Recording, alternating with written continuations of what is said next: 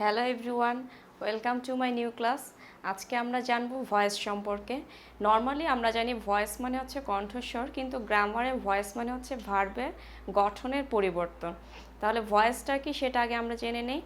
Voice হলো ভার্বের গঠন, যেখানে সাবজেক্ট নিজে সক্রিয় হয়ে কাজ করে অথবা অন্যের কাজ তার উপর এসে পড়ে, তা বোঝায়। তাহলে ভয়েস হচ্ছে গ্রামারের ভাষায় কি দুই প্রকার, অ্যাক্টিভ ভয়েস এবং প্যাসিভ ভয়েস। যে সেন্টেন্সে সাবজেক্ট নিজে সক্রিয় থেকে কাজ সম্পন্ন করে সেই সেন্টেন্সে ভার্বটি কি অ্যাক্টিভ হয়, আর যে সেন্টেন্সে অন্যের কাজ সাবজেক্টের ওপর এসে পড়ে সেক্ষেত্রে সেন্টেন্সে ভার্বটি প্যাসিভ হয়ে যায়। তাহলে আজকে আমরা জানবো ভয়েসের অ্যাসার্টিভ সেন্টেন্সে কিভাবে অ্যাক্টিভ থেকে প্যাসিভ করতে হয়। তাহলে আমরা একটু বোর্ডে খেয়াল করি, আমাদের এখানে টেন্স অনুযায়ী পরিবর্তিত হবে অ্যাসার্টিভ সেন্টেন্সগুলো। সেক্ষেত্রে আমরা প্রথমেই জানবো ইনডিফিনিট সম্পর্কে। ইনডিফিনিট মানে হচ্ছে অনির্দিষ্ট। তাহলে আমরা প্রেজেন্ট টেন্সে খেয়াল করি কি হয়। প্রেজেন্ট টেন্সে আমাদের অ্যাক্টিভের স্ট্রাকচারটা কি হয় দেখি। অ্যাক্টিভে আমাদের স্ট্রাকচারটা হবে সাবজেক্ট, ভার্বের V1 মানে হচ্ছে ভার্বটা প্রেজেন্ট টেন্সে থাকবে, তারপর অবজেক্ট। আর এটা যখন আমরা প্যাসিভ করব তখন অবজেক্টের সাবজেক্টিভ ফর্ম হবে, এরপরে আমাকে অ্যাম ইজ অথবা আর নিয়ে আসতে হবে। তারপরে মূল ভার্বের আমরা কি করব, পাস্ট পার্টিসিপল, যেটাকে আমরা সংক্ষেপে V3 লিখে থাকি। তারপরে আমরা প্রিপোজিশন বসাবো, তারপরে বসাবো সাবজেক্টের অবজেক্টিভ ফর্ম। তাহলে আমরা এক্সাম্পলে খেয়াল করি, যদি আমি লিখি আই প্লে ফুটবল, এখানে আমরা খেয়াল করি আইটা হচ্ছে আমার সাবজেক্ট, প্লেটা হচ্ছে আমার কি ভার্বের প্রেজেন্ট টেন্স, এবং ফুটবল হচ্ছে আমার অবজেক্ট। তাহলে আমাদের হচ্ছে প্রথমে সাবজেক্ট, ভার্ব এবং অবজেক্টটা খুঁজে বের করতে হবে, তাহলে আমাদের ভয়েস চেঞ্জে কোনো সমস্যা থাকবে না। তাহলে ইনডিফিনিটে আমাদের যে তিনটা পার্ট লাগে, এই সেন্টেন্স আমরা তিনটা পার্ট খুব সহজেই পেয়েছি। তাহলে আমরা প্রথমে কাকে নিয়ে আসবো, অবজেক্ট। তাহলে অবজেক্ট ছিল আমার কে, ফুটবল, লিখে দিলাম ফুটবল।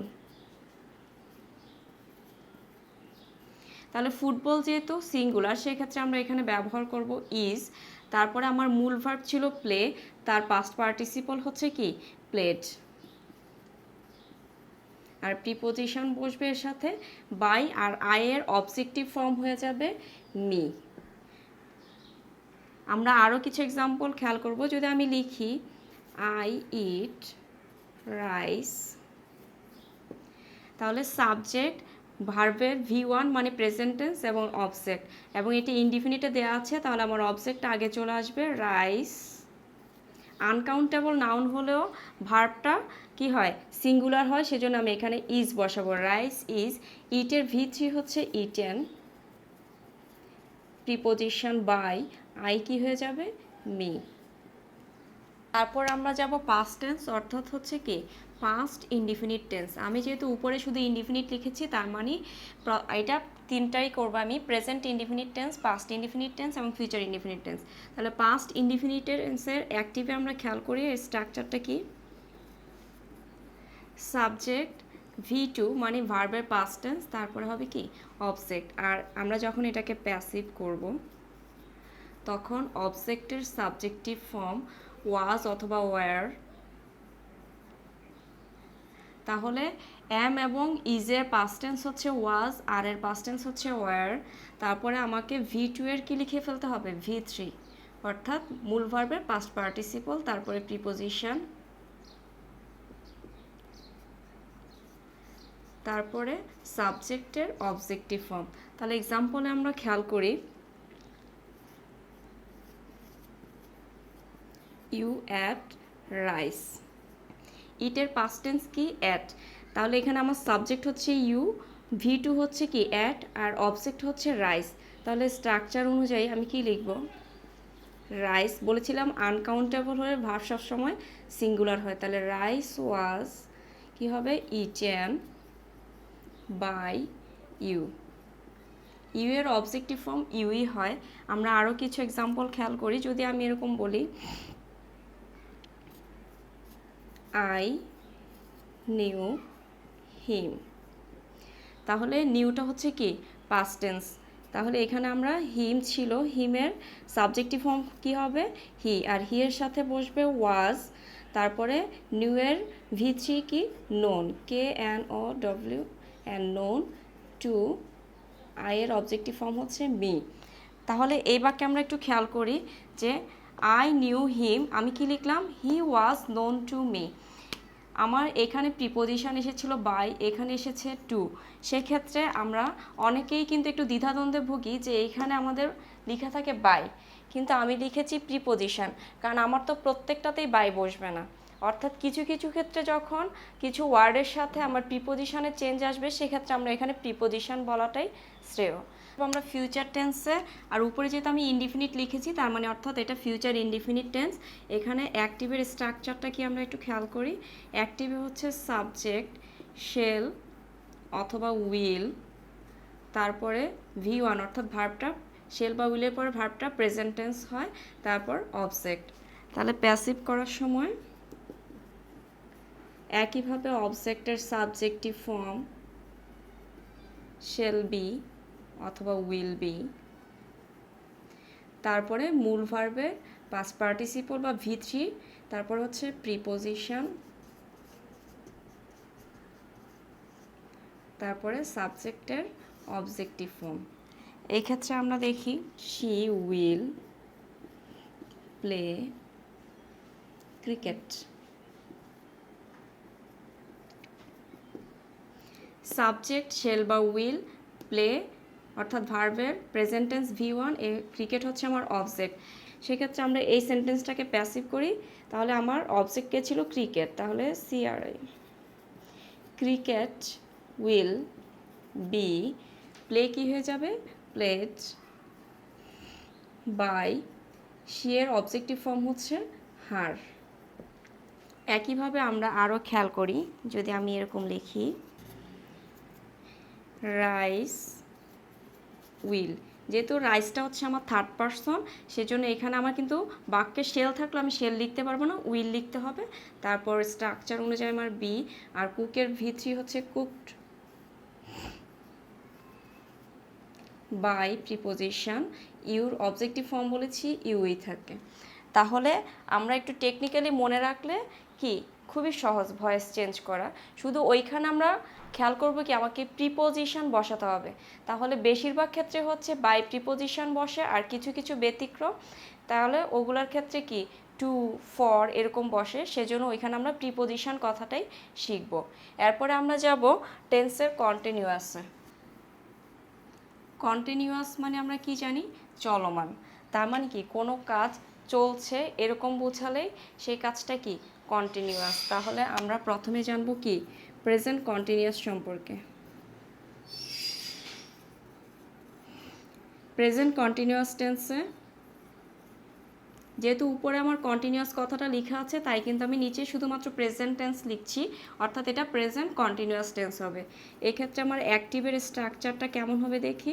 অ্যাক্টিভে হচ্ছে সাবজেক্ট, তারপরে এম, ইজ অথবা আর, তারপর মূল ভার্বের সাথে ING ব্যবহৃত হবে, এরপরে থাকবে কি অবজেক্ট। আর প্যাসিভে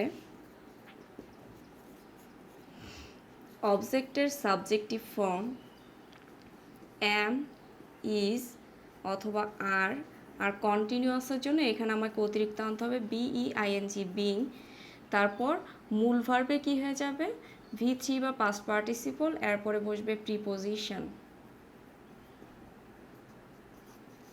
তারপরে সাবজেক্টের অবজেক্টিভ ফর্ম। এই ক্ষেত্রে আমরা কিছু এক্সাম্পল খেয়াল করি। এক্সাম্পলে দেখি I am reading a book। Structure অনুযায়ী আমরা খেয়াল করি, আই হচ্ছে আমার সাবজেক্ট, এম হচ্ছে আমার ভার্ব, তা অক্সিলারি ভার্ব, আর রিড ছিল আমার মূল ভার্ব, যেহেতু কন্টিনিউয়াস এই জন্য শব্দটা কী হয়েছে রিডিং, আর এ বুক হচ্ছে অবজেক্ট। তাহলে স্ট্রাকচার অনুযায়ী এ বুক হচ্ছে আমার অবজেক্ট, যেহেতু এ বুক চলে আসবে সাবজেক্টের জায়গায়। তারপরে এ বুকের সাথে তার এম বসবে না, কি বসবে? সিঙ্গুলার যেহেতু ইজ বসবে, তারপর কি বসবে? Being, BEING। রিডের V3 হচ্ছে কি রিড, তারপরে রিড বাই, আই ছিল যেহেতু, আই যেহেতু সাবজেক্ট ছিল, তার অবজেক্টিভ ফর্ম কি হয়ে যাবে? মি। তাহলে আমরা খেয়াল করছি আই যেহেতু আমার সাবজেক্ট ছিল সেক্ষেত্রে আমার এম এসেছে, কিন্তু এ বুক যখন আমার সাবজেক্ট হিসেবে ব্যবহৃত হচ্ছে আর এটা সিঙ্গুলার হওয়ার কারণে এখানে আমার কি চলে আসছে? Is. You are singing a song. A song is being sung by you. তারপর আমরা যাব পাস্ট কন্টিনিউয়াস টেন্সে। আমরা খেয়াল করি যেটা হচ্ছে কি পাস্ট কন্টিনিউয়াস টেন্স। একইভাবে আমরা অ্যাক্টিভ প্যাসিভ করার ক্ষেত্রে পাস্ট টেন্সের অ্যাক্টিভে আমাদের স্ট্রাকচারটা থাকবে সাবজেক্ট ওয়াজ অথবা ওয়্যার, মূল ভার্বের সাথে আইএনজি, তারপরে থাকবে অবজেক্ট। প্যাসিভ করার ক্ষেত্রে অবজেক্টের সাবজেক্টিভ ফর্ম ওয়াজ অথবা ওয়্যার, কন্টিনিউয়াস সেজন্য আমাকে কি আনতে হবে? বিং, তারপর মূল ভার্বের পাস্ট পার্টিসিপল, প্রিপোজিশন, তারপরে সাবজেক্টের অবজেক্টিভ ফর্ম। এক্সাম্পল অনুযায়ী দেখি, we were eating rice. Rice যেহেতু আনকাউন্টেবল, আমার সেন্টেন্সে যাওয়ার সময় ওয়ার থাকলো, আমি রাইসের সাথে কি লিখবো? ওয়াজ। রাইস ওয়াজ কন্টিনিউয়াস যেহেতু, তাহলে রুলস অনুযায়ী বিং ইটেন বাই, উইয়ের প্যাসিভ হচ্ছে উইয়ের অবজেক্টিভ ফর্ম হচ্ছে আস, তাহলে আমরা লিখে দিলাম কি আস। আর যদি আমরা আরও কিছু এক্সাম্পল খেয়াল করি সেক্ষেত্রে আমরা দেখি,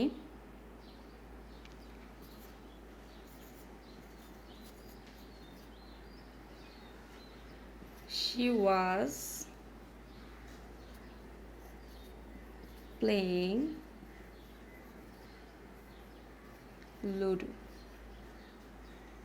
তাহলে লুডো ওয়াজ বিং, রুলস অনুযায়ী প্লে ছিল আমার মূল ভার্ব, প্লের V3 কি প্লেড বাই, শি এর অবজেক্টিভ ফর্ম হচ্ছে কি হার।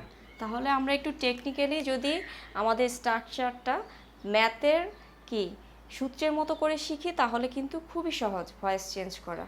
আমাকে মূলত এখানে সাবজেক্ট, ভার্ব এবং অবজেক্ট খুঁজে বের করতে হবে প্রথমে। আর আমি যদি বুঝতে পারি এটা ইনডিফিনিটে আছে না কন্টিনিউয়াসে আছে না পারফেক্টে আছে, তাহলে আমার বোঝা কিন্তু অথবা চেঞ্জ করা কিন্তু খুবই সহজ। কারণ আমার প্রত্যেকটাতে একটু খেয়াল করি, অবজেক্টের সাবজেক্টিভ ফর্ম হচ্ছে, সাবজেক্টের অবজেক্টিভ ফর্ম হচ্ছে, আর শেষের দিক থেকে খেয়াল করি সাবজেক্টের অবজেক্টিভ ফর্মের আগে আমার প্রিপোজিশন বসছে, তার আগে বসছে ভার্বের V3 বা পাস্ট পার্টিসিপল ফর্ম। আর এখানে আমাদের কি যদি ইনডিফিনিট থাকে তাহলে শুধুমাত্র আমার অতিরিক্ত ওয়াজ ওয়ার নিয়ে আসা লাগছিল। আর কন্টিনিউয়াস যেহেতু পাস্ট কন্টিনিউয়াসে ওয়াজ ওয়ারের পরে আমরা এখানে বিং কথাটা নিয়ে এসেছি। আর যদি এটা প্রেজেন্ট কন্টিনিউয়াসে হতো এম ইজ আর এর পরে বিং নিয়ে আসতাম। আর ফিউচার কন্টিনিউয়াসে শেল বি উইল বি এর পরে আমরা বিং কথাটা নিয়ে আসবো। তাহলে আমরা ফিউচার কন্টিনিউয়াসে খেয়াল করি, আমি ফিউচার কন্টিনিউয়াস টেন্স নিয়ে আলোচনা করব। তাহলে স্ট্রাকচারের সাবজেক্ট শেল বি অথবা উইল বি,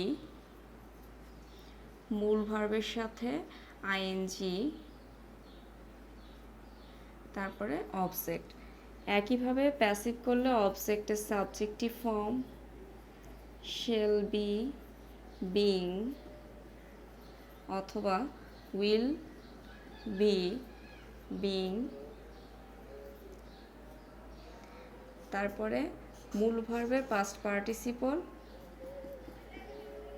প্রিপোজিশন,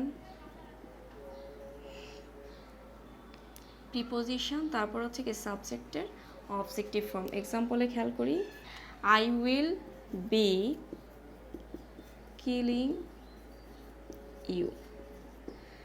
তারপরে আমার ইউটা ছিল কি অবজেক্ট, তাহলে ইউ যদি সাবজেক্টের জায়গায় চলে আসে তাহলে ইউ উইল বি স্ট্রাকচার অনুযায়ী কন্টিনিউয়াস দেখে আমি কি লিখবো being you will be being, কিলের V3 বা পাস্ট পার্টিসিপল হচ্ছে কিলড, প্রিপোজিশন বসবে বাই, আয়ের অবজেক্টিভ ফর্ম হচ্ছে মি। তাহলে এক্সাম্পলে খেয়াল করি, I will be killing you, তাহলে কি লিখলাম আমি, you will be being killed by me. কিলের V3 বা পাস্ট পার্টিসিপল কি, কিলড। আমরা যদি আরও লিখি, you will be reading a book, তাহলে কি হবে, a book will be continuous, তাই আমাকে কি আনতে হবে বলেছিলাম, বিং। রিডের V3 কি, রিড, প্রিপোজিশন বাই, ইউ এর অবজেক্টিভ ফর্ম বলেছিলাম ইউ। তাহলে সেন্টেন্সটা কি হলো, a book will be being read by you. তাহলে কন্টিনিউয়াস আমরা কি খেয়াল করলাম, আমাদের ইনডিফিনিট থেকে কন্টিনিউয়াসে শুধুমাত্র অতিরিক্ত কিন্তু বিং কথাটা ব্যবহৃত হয়েছে, ঠিক আছে। তাহলে কিছু কিছু টেকনিক নিজেরা যদি আমরা করে নিতে পারি, আমি তো যতটুকু সহজে করানোর চেষ্টা করছি, তারপর নিজেরা কিছু টেকনিক অ্যাপ্লাই করব যাতে সহজে কিভাবে মনে রাখা যায়। এরপর আমরা যাব পারফেক্টে। পারফেক্ট মানে হচ্ছে কি, ঘটমান, অর্থাৎ কোনো ঘটনা ঘটে তার ফল থেকে যায়, তাকে বলা হয় কি, পারফেক্ট বা ঘটমান। তাহলে আমরা একই সাথে শিখব কি, প্রেজেন্ট পারফেক্ট, পাস্ট পারফেক্ট এবং ফিউচার পারফেক্ট। প্রেজেন্ট টেন্স, অর্থাৎ এটা আমি কি, প্রেজেন্ট পারফেক্ট টেন্স। এর অ্যাক্টিভের স্ট্রাকচারটা দেখি, সাবজেক্ট হ্যাভ অথবা হ্যাজ, আর হ্যাভ হ্যাজের পরে আমরা জানি কি, ভার্বের পাস্ট পার্টিসিপল বা সংক্ষেপে আমরা লিখি কি, V3, তারপরে থাকবে কি, অবজেক্ট। আর প্যাসিভ করার ক্ষেত্রে অবজেক্টের সাবজেক্টিভ ফর্ম হ্যাভ অথবা হ্যাজ। আর পারফেক্টের জন্য আমরা এখানে আনবো BEEN, বিন। তারপরে মূল ভার্বের V3টা কিন্তু আমাদের এখানে দেয়াই থাকে। পারফেক্টে একটা সুবিধা কি, আমাকে V3টা চেঞ্জ করতে হয় না, পাস্ট পার্টিসিপলটা চেঞ্জ করতে হয় না। তারপর প্রিপোজিশন প্লাস অবজেক্ট, সাবজেক্টের অবজেক্টিভ ফর্ম। তাহলে আমরা এক্সাম্পলে দেখি, I have done the work,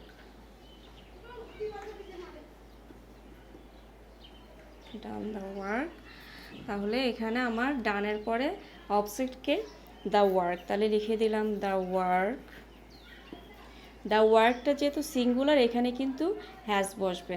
তাহলে আমরা একটু খেয়াল করি যে যখন হচ্ছে আমাদের কি, সাবজেক্ট বা অবজেক্ট সিঙ্গুলার ব্যবহৃত হচ্ছে তখন আমরা হ্যাজ ব্যবহার করছি, যখন হচ্ছে প্লুরাল তখন আমরা হ্যাভ। তবে ব্যতিক্রম হচ্ছে আই এবং ইউ, যদিও সিঙ্গুলার তবে এদের সাথে কি বসে, হ্যাভ ব্যবহার করা হয়। তাহলে দ্য ওয়ার্ক হ্যাজ স্ট্রাকচার অনুযায়ী বিন ডান বাই, আয়ের অবজেক্টিভ ফর্ম কি হবে, মি। পাস্ট পারফেক্ট টেন্স, এখানে আমি লিখে দিলাম শুধুমাত্র পাস্ট টেন্স, যেহেতু আমার উপরে পারফেক্ট লেখা। তাহলে পাস্ট টেন্সের অ্যাক্টিভের স্ট্রাকচার দেখি, অ্যাক্টিভে হচ্ছে কি, সাবজেক্ট হ্যাভ, আমার প্রেজেন্ট টেন্সে হ্যাভ হ্যাজ ছিল, হ্যাভ হ্যাজের পাস্ট টেন্স কিন্তু হ্যাড, এখানে একটাই। তারপর হচ্ছে কি, মূল ভার্বের পাস্ট পার্টিসিপল অবজেক্ট, এটাকে যখন আমরা প্যাসিভ করব তাহলে কি, অবজেক্টের সাবজেক্টিভ ফর্ম হ্যাড, পারফেক্ট যেহেতু এখানে আমাকে বিন আনতে হবে। তারপর মূল ভার্বের পাস্ট পার্টিসিপল দেয়াই থাকে, এটা পরিবর্তিত হবে না, কিন্তু বিনের পরে পাস্ট পার্টিসিপল আসবে। তারপর প্রিপোজিশন প্লাস সাবজেক্টের অবজেক্টিভ ফর্ম। এক্সাম্পলে খেয়াল করি, you had done the work. তাহলে দ্য ওয়ার্ক ছিল object, the work had structure অনুযায়ী বিন ডান বাই ইউ। তাহলে আমরা একটু খেয়াল করি যে হ্যাভ হ্যাজের পাস্ট টেন্সকে হ্যাড, তাহলে এখানে হ্যাভ হ্যাজের দুইটা ছিল আর এখানে শুধুমাত্রই একটা, কারণ দুইটারই পাস্ট টেন্স হচ্ছে হ্যাড। এরপরে আমরা যাব ফিউচার পারফেক্ট টেন্সে। ফিউচার পারফেক্ট টেন্সে তাহলে আমি এখানে লিখে দিলাম ফিউচার টেন্স, যেহেতু উপরে আমার পারফেক্ট লেখা তাই আমি আর এখানে পারফেক্ট লিখছি না, তার মানে এটা ফিউচার পারফেক্ট টেন্সই বোঝাচ্ছে। এর অ্যাক্টিভে দেখবো স্ট্রাকচার কি হয়, সাবজেক্ট shall have বা will have, তারপর মূল ভার্বের পাস্ট পার্টিসিপল এবং অবজেক্ট।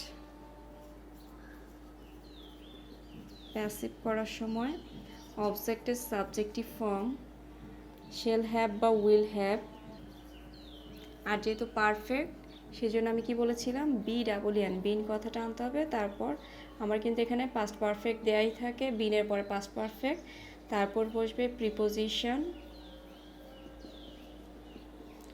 এরপরে বসবে কি সাবজেক্টের objective form. You will have done the work, তাহলে দ্য ওয়ার্ক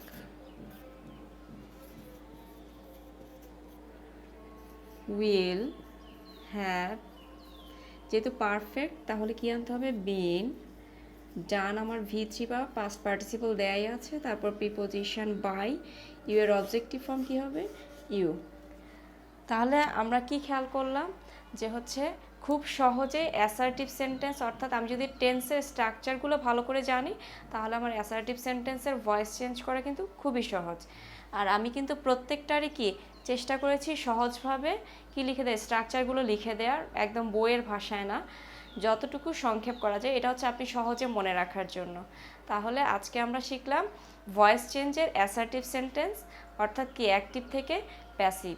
তাহলে আজকে এ পর্যন্তই, ধন্যবাদ সবাইকে।